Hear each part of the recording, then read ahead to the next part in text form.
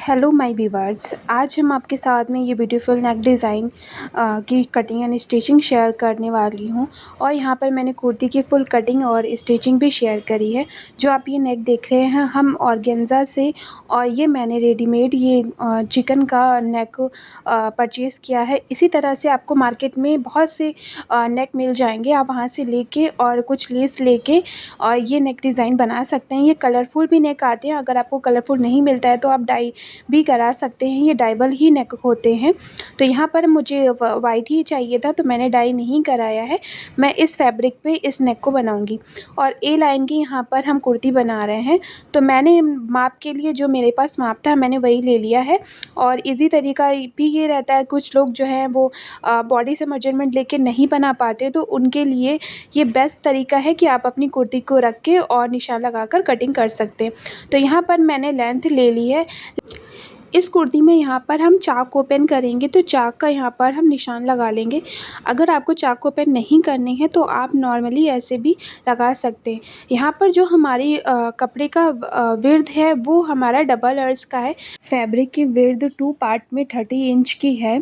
अगर आपके पास डबल अर्ज का यानी कि फैब्रिक ना मिले तो आप ये सिंगल अर्ज का लेके और 30 इंच मेजर करके फिर उसके बाद आप अपनी ए लाइन की कुर्ती को बना सकते हैं। लेंथ से फैब्रिक को हम यहाँ पर कट कर लेंगे।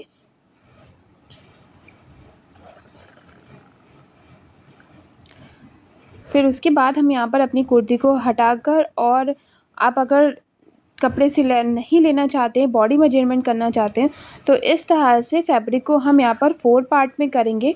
तो 4 पार्ट में जो हम फैब्रिक रखेंगे, जैसे कि मैंने बताया 2 पार्ट में आपको 30 इंच रखना है, 4 पार्ट में आपको 15 इंच यहाँ पे रखना है। टोटल कपड़े की जो विड्थ हम फोल्ड करेंगे 15 इंच पे करेंगे। शोल्डर यहाँ पर हम मेजर करेंगे 7 इंच के, और 7 इंच पे यहाँ पर मार्क करेंगे। हाफ इंच पे शोल्डर को डाउन करेंगे। फिर 7 ही इंच हम यहाँ पर आर्म होल्स लेंगे। जो हमने मार्किंग करी है वही सेम आ रहा है, हम आपको सिर्फ मार्क कर कर दिखा रहे हैं कि आपको इस तरह से मार्किंग करनी है। फिर हमारी जो फिटिंग आएगी उसका 1/4 लेते हुए यहाँ पर हम मार्क कर लेंगे। ए लाइन तक के ये पूरा मार्क कर लेंगे। और जो हमें चाक ओपन करने हैं वो 15 इंच करने हैं। हमें शोल्डर से टोटल जो है क्या करते हैं 22 इंच पे रखना है, और अगर आप यहाँ पर आर्म होल से लेंगे तो 15 इंच पे लेंगे। यहाँ पर हमारा बैक आर्म होल्स कट हुआ। फ्रंट आर्म होल्स के लिए हम यहाँ पर 2 पार्ट में से एक पार्ट को हटा देंगे, बैक पार्ट को हटा के, और फ्रंट आर्म होल्स की यहाँ पर हम कटिंग करेंगे। कुर्ती का जो हमारा बॉटम वाला पार्ट है उसमें यहाँ पर हम कटिंग करेंगे। पहले हमें हल्का सा कर्व शेप देना है। 3 इंच पे यहाँ पर साइड से मार्क करेंगे। फिर हल्की यहाँ पर हम राउंड मार्किंग करके इस पार्ट को कट कर लेंगे। यहाँ पर हमने दोनों पार्ट को साथ में कट किया। फिर उसके बाद हम फ्रंट पार्ट की कटिंग और करेंगे। फ्रंट पार्ट को हम यहाँ पर अलग कर लेंगे, और यहाँ पर से लेंथ से हमें करीबन 4 इंच पे मार्क करना है, और फिर इसको सीधा मार्क कर लेना है। ये देखिए इस तरह से सीधा मार्क की कटिंग कर लेंगे। अब हम यहाँ पर स्लीव्स की कटिंग करेंगे। स्लीव्स की लेंथ हम यहाँ पर 17 इंच लेंगे। फिर उसके बाद हम 3 इंच पे मार्क करेंगे, और बॉटम यहाँ पर हम 5.5 इंच लेंगे, और आर्म होल्स जो आएगा हमारा 8.5 इंच। यहाँ पर हमें स्लीव्स के यहाँ पे मार्किंग करनी, और इस तरह से हल्का सा डाउन देते हुए मार्क करते हुए स्लीव्स के शेप में इस यहाँ पर स्लीव्स की कटिंग कर लेंगे। यहाँ पर हमारी स्लीव्स कट हो गई हैं। अब इस पार्ट को भी हम यहाँ पर 2 पार्ट में करते हुए अंदर से भी एक कट लगा देंगे आर्म होल्स में। अब यहाँ पर स्टिचिंग करते हैं। तो यहाँ पर पहले हमें अपने नेक को मेजर करना है कि हमारी नेक की लेंथ कहाँ तक की आ रही है। ये क्या देखिए, हमारी नेक को हमें पहले फैब्रिक को 2 पार्ट में ही रखना है। जैसे मैं नेक को रख रही हूँ इस तरह से आपको नेक को रखते हुए और नेक पे यहाँ पर मार्क कर लेना है फैब्रिक पे नेक की लेंथ और विड्थ की। फिर उसके बाद हमने यहाँ पर सीधे फैब्रिक पे भी मार्क कर लिया है।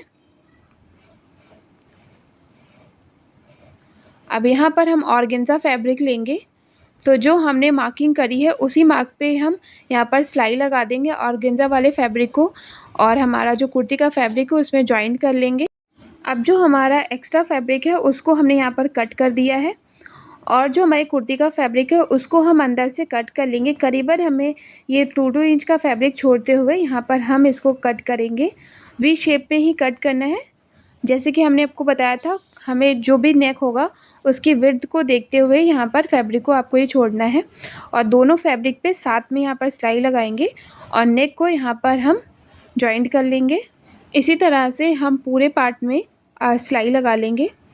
फिर हम ये फैब्रिक को उल्टा करेंगे और अंदर से इस तरह से सिलाई लगा देंगे। जो हमारा फैब्रिक है उसको थोड़ा हमें एक्स्ट्रा ही रखना है ताकि जो ऑर्गेन्जा फैब्रिक होता है उसमें कोई मजबूती नहीं होती है, तो इसलिए फैब्रिक को ज़्यादा रखते हुए यहाँ पर हम सिलाई लगाएंगे।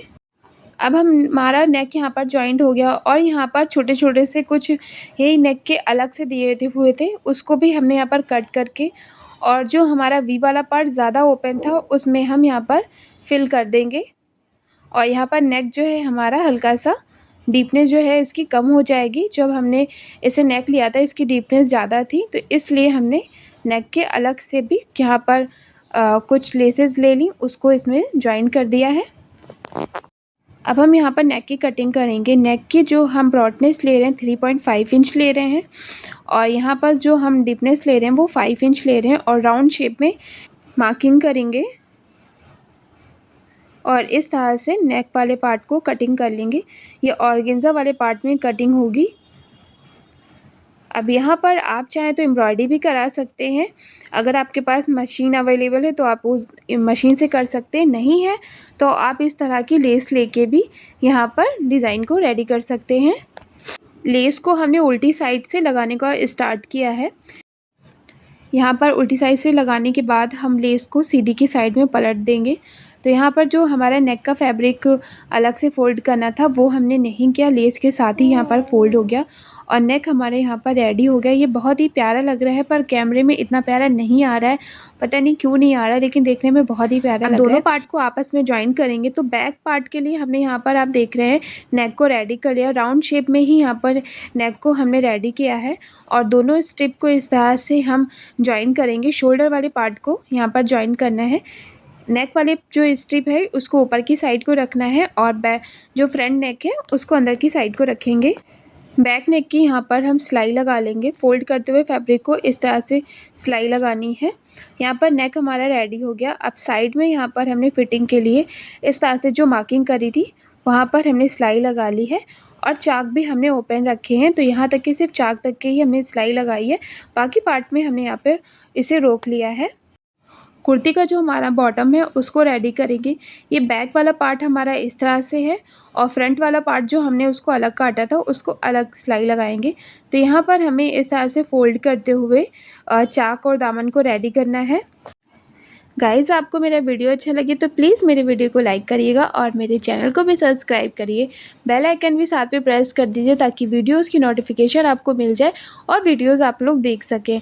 आजकल हालांकि मैं वीडियोस बहुत लेट बना पाती हूँ क्योंकि मैं आजकल घर में ज़्यादा बिज़ी रहती हूँ और वीडियोज़ मुझे बनाना पॉसिबल नहीं होता है, लेकिन मैं फिर भी टाइम निकाल के आप लोगों के लिए वीडियोज़ ज़रूर बनाती हूँ ताकि आप लोग घर बैठ के सिलाई आसानी से सीख सकें और नई नई डिज़ाइन की यहाँ पर आप लोग कुर्तियाँ और सूट वगैरह रेडी कर सके। सारी डिज़ाइनें यहाँ पर मैं आपको इसी तरह से बनाकर दिखाती रहूँगी और आप लोग देखते रहिए और वीडियोस को लाइक भी साथ में करिएगा और चैनल को भी सब्सक्राइब कर दीजिए।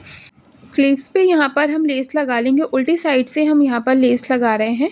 जहाँ तक कि हमारी यहाँ पर बॉटम है वहीं तक के हमने यहाँ पर लेस लगाई है।